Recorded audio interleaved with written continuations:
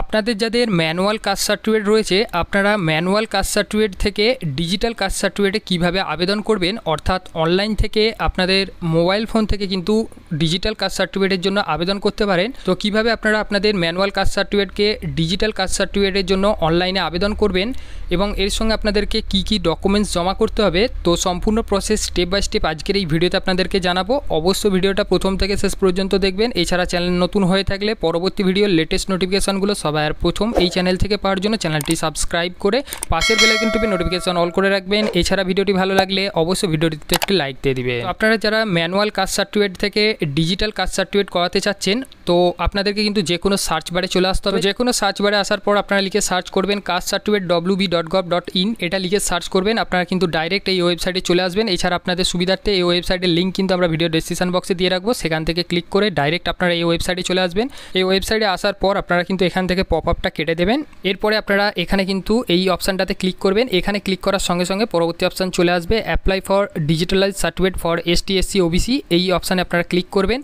তো এখানে ক্লিক করার সঙ্গে সঙ্গে আপনাদের সামনে পরবর্তী নেক্সট অপশান চলে আসবে। এখানে কিন্তু আপনাদের ম্যানুয়াল কাস্ট সার্টিফিকেটের নাম্বারটা বসাতে হবে। আপনাদের যে ম্যানুয়াল কাস্ট সার্টিফিকেটটা রয়েছে সেই কাস্ট সার্টিফিকেটে কিন্তু আপনাদের ম্যানুয়াল কাস্ট সার্টিফিকেটের নাম্বার রয়েছে দেখে এখানে কিন্তু আপনারা সেই কাস্ট সার্টিফিকেট নাম্বারটা বসিয়ে দেবেন। এরপর আপনাদের কাস্ট সার্টিফিকেট ইস্যু ডেট এখানে বসাবেন, অর্থাৎ আপনাদের কাস্ট সার্টিফিকেটটা কবে ইস্যু করা হয়েছে সেই ডেটটা আপনারা কাস্ট সার্টিফিকেটে পেয়ে যাবেন, সেখান থেকে দেখে এখানে কিন্তু সঠিকভাবে বসিয়ে দেবেন। এরপর রয়েছে caste certificate issuing authority, caste সার্টিফিকেটটা কে ইস্যু করেছে সেটাও কিন্তু আপনাদের ম্যানুয়াল কাস্ট সার্টিফিকেটে মেনশন আছে, সেখান থেকে দেখে সঠিকভাবে এখানে বসাবেন। এরপর নিচে দিকে চলে আসবেন, এখান থেকে কিন্তু আপনাদের কাস্টটা সিলেক্ট করতে হবে।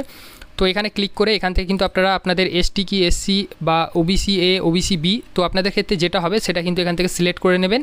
এরপরে রয়েছে সাবকাস্ট, এখান থেকে কিন্তু আপনাদের সাবকাস্টটা সিলেক্ট করে নিতে হবে। তারপরে রয়েছে রিলিজিয়ন, এখান থেকে কিন্তু আপনাদের ধর্মটা সিলেক্ট করে নিতে হবে। তো এখানে আপনারা কিন্তু আপনাদের ধর্মটা সিলেক্ট করে নেবেন। এরপর নিচে দিকে চলে আসবেন, এখানে কিন্তু অ্যাপ্লিক্যান্টের ফুল নেম বসিয়ে দেবেন। এরপর রয়েছে অ্যাপ্লিক্যান্টের ফাদার্স নেম, এখানে কিন্তু অ্যাপ্লিক্যান্টের ফাদার্স নেমটা বসিয়ে দেবেন। এরপর রয়েছে ডেট অফ বার্থ, তো এখানে ক্লিক করবেন। ক্লিক করার সঙ্গে সঙ্গে এখানে কিন্তু ক্যালেন্ডার ওপেন হয়ে যাবে। এরপর এখানে আপনারা ইয়ারে ক্লিক করবেন। তো ইয়ারে এখানে ক্লিক করে এখান থেকে কিন্তু আপনাদের যে ইয়ারটা হবে সেটা সিলেক্ট করবেন। তারপরে কিন্তু আপনারা এখান থেকে মান্থটা সিলেক্ট করবেন, তারপরে আপনারা ডেটা সিলেক্ট করে নেবেন। তো এইভাবে কিন্তু আপনারা ডেট অফ বার্থটা সিলেক্ট করে নেবেন। এরপর রয়েছে আপনাদের জেন্ডার, এখান থেকে মেল কি ফিমেল সেটা এখান থেকে সিলেক্ট করে নেবেন। এরপর রয়েছে আপনাদের অ্যাপ্লিক্যান্টের আধার কার্ড নাম্বার বসাতে হবে, অর্থাৎ এখানে কিন্তু অ্যাপ্লিক্যান্টের আধার কার্ড নাম্বারটা বসিয়ে দেবেন। রয়েছে খাদ্যসাথী কার্ড নাম্বার, অর্থাৎ আপনাদের রেশন কার্ড নাম্বারটা বসিয়ে দেবেন। অ্যাপ্লিক্যান্টের কিন্তু রেশন কার্ডের নাম্বারটা এখানে বসিয়ে দেবেন। এরপর আপনাদের মোবাইল নাম্বার দেবেন। তো মোবাইল নাম্বারটা যেটা এখানে আপনারা বসাবেন সেটা কিন্তু আপনাদের অবশ্যই যেন চালু মোবাইল নাম্বার, তো চালু মোবাইল নাম্বার না হলে পরবর্তীতে কিন্তু আপনাদের সমস্যা হতে পারে। এরপর আপনারা চলে আসবেন, এখান থেকে ডিস্ট্রিক্ট নেমটা আপনারা সিলেক্ট করে নেবেন। তো এখান থেকে কিন্তু আপনাদের ডিস্ট্রিক্ট নেম সিলেক্ট করার পর আপনাদের সাব ডিভিশন এখান থেকে সিলেক্ট করতে হবে। এরপর আপনাদের পুলিশ স্টেশনটা সিলেক্ট করে নিতে হবে। এরপর রয়েছে পোস্ট অফিস, এখান থেকে কিন্তু আপনাদের পোস্ট অফিস নেমটা মেনশন করে দেবেন। তো আপনাদের যেটা হবে সেটা এখানে আপনারা লিখে টাইপ করে দেবেন। এরপর আপনাদের ব্লকের আন্ডারে হয়ে থাকলে ব্লক সিলেক্ট করবেন, আর মিউনিসিপ্যালিটির আন্ডারে হয়ে থাকলে মিউনিসিপ্যালিটি সিলেক্ট করবেন। তো আপনাদের ক্ষেত্রে যেটা হবে সেটা আপনারা এখানে সিলেক্ট করবেন।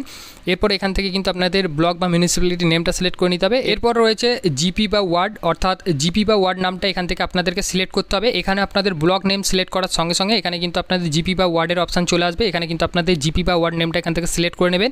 এরপর আপনাদের রয়েছে ভিলেজ বা পাড়া নেম, এখানে আপনাদেরকে মেনশন করে দিতে হবে। আপনাদের পিনকোড নাম্বার বসাবেন। তো পিনকোড নাম্বার বসানোর পর এখানে আপনারা দেখতে পাচ্ছেন আপলোড ওল্ড সার্টিফিকেট ফটো। তো এখানে কিন্তু আপনাদের ম্যানুয়াল যে কাস্ট সার্টিফিকেটটা ছিল সেই ম্যানুয়াল কাস্ট সার্টিফিকেটের কিন্তু ফটো এখানে আপলোড করতে হবে। এখানে বলে দেওয়া হয়েছে 100 কেবির মধ্যে হতে হবে এবং JPG ফাইল হতে হবে। তো এখানে কিন্তু আপনারা ম্যানুয়াল কাস্ট সার্টিফিকেটের ফটোটা আপলোড করবেন। চুজ ফাইলে ক্লিক করবেন, এখান থেকে আপনাদেরকে গ্যালারিতে নিয়ে চলে যাবে। তো গ্যালারিতে সেখানে আপনারা গিয়ে সেখান থেকে ফটোটা সিলেক্ট করে নেবেন। এবার রয়েছে অ্যাপ্লিক্যান্টস ফটোগ্রাফ, তো এখানে কিন্তু অ্যাপ্লিক্যান্টের ছবি আপলোড করতে হবে। তো এখানে 50 কেবির মধ্যে হতে হবে এবং এখানে বলা হয়েছে JPG ফাইল হতে হবে। তো এখানে আপনারা চুজ ফাইলে ক্লিক করে এখান থেকে গ্যালারি সিলেক্ট করে সেখান থেকে কিন্তু আপনারা ফটোটা আপলোড করে নেবেন।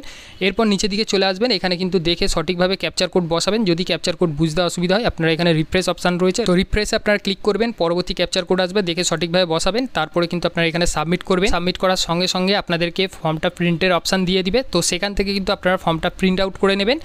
প্রিন্ট করে নেওয়ার পর সেই ফর্মের সঙ্গে আপনাদেরকে যে সমস্ত ডকুমেন্টস জমা করতে হবে, তো আপনাদের অরিজিনাল যে ম্যানুয়াল কাস্ট সার্টিফিকেট রয়েছে সেই অরিজিনাল ম্যানুয়াল কাস্ট সার্টিফিকেটের জেরক্স আপনারা নেবেন। এরপর এর সঙ্গে আপনাদেরকে দিতে হবে বাবা অথবা মায়ের ইনকাম সার্টিফিকেট, সেটা BDO অথবা SDOর কাছ থেকে যেন ইস্যু করা হয়, অর্থাৎ BDO বা SDOর ইনকাম সার্টিফিকেট এখানে আপলোড করতে হবে। আর যদি গৃহবধূ হয় সেক্ষেত্রে কিন্তু পঞ্চায়েত প্রধানের ইনকাম সার্টিফিকেট হলেও চলবে। এছাড়া যাদের মিউনিসিপ্যালিটি তাদের কিন্তু কাউন্সিলরের হলে চলবে। এরপর আপনাদের বাসস্থান সার্টিফিকেট অর্থাৎ রেসিডেন্টাল সার্টিফিকেট, সার্টিফিকেট, তো রেসিডেন্টাল যে সার্টিফিকেট হবে সেটা যেন বিডিও অথবা এসডিওর কাছ থেকে ইস্যু করা হয়। এরপর রয়েছে অ্যাপ্লিক্যান্টের মাধ্যমিকের অ্যাডমিট কার্ডের জেরক্স, স্কুল সার্টিফিকেটের জেরক্স, ভোটার আইডি কার্ডের জেরক্স, আধার কার্ডের জেরক্স এবং অ্যাপ্লিক্যান্টের গার্জেনের আধার কার্ড এবং ভোটার আইডি কার্ডের জেরক্স। তো সমস্ত জেরক্সের ওপর সেলফ অ্যাটাস্টেড করাতে হবে। যেগুলো অ্যাপ্লিক্যান্টের ডকুমেন্টস হবে সেইগুলোতে অ্যাপ্লিক্যান্টকে নিজেকে সেলফ অ্যাটাস্টেড করতে হবে। যেইগুলো অ্যাপ্লিক্যান্টের গার্জেনের ডকুমেন্টস হবে তো গার্জেনকে দিয়ে সেলফ অ্যাটাস্টেড করিয়ে নিতে হবে। তো সমস্ত ডকুমেন্টসের সঙ্গে এই ফর্মটা আপনাদেরকে জমা করতে হবে। তো আপনাদের সেই কাস্ট সার্টিফিকেটে দেখবেন বিডিও বা এসডিও যদি স্ট্যাম্প থাকে, তো আপনাদের ক্ষেত্রে যেটা স্ট্যাম্প থাকবে আপনাদেরকে কিন্তু সেখানে গিয়ে জমা করতে হবে। যদি বিডিওর স্ট্যাম্প থাকে সেক্ষেত্রে আপনারা বিডিওতে গিয়ে জমা করবেন, আর যদি এসডিওর স্ট্যাম্প থাকে সেক্ষেত্রে আপনারা এসডিওতে গিয়ে জমা করবেন। যেদিন আপনাদের অ্যাপ্লিকেশনটা ভেরিফিকেশন হবে সেই দিন আপনাদের সমস্ত অরিজিনাল ডকুমেন্টস সঙ্গে করে নিয়ে যেতে হবে। তো এই ছিল আজকের সম্পূর্ণ প্রসেস। তো ভিডিওটি ভালো লাগলে অবশ্যই ভিডিওটিতে একটি লাইক দিয়ে দিবেন এবং বন্ধুদের সঙ্গে ভিডিওটি প্রচুর পরিমাণে শেয়ার করবেন এবং আমাদের সঙ্গে যুক্ত থাকার জন্য পরবর্তী নেক্সট আপডেটগুলো পাওয়ার জন্য চ্যানেলটি সাবস্ক্রাইব করে পাশের বেল আইকন টিপে নোটিফিকেশন অল করে রাখবেন।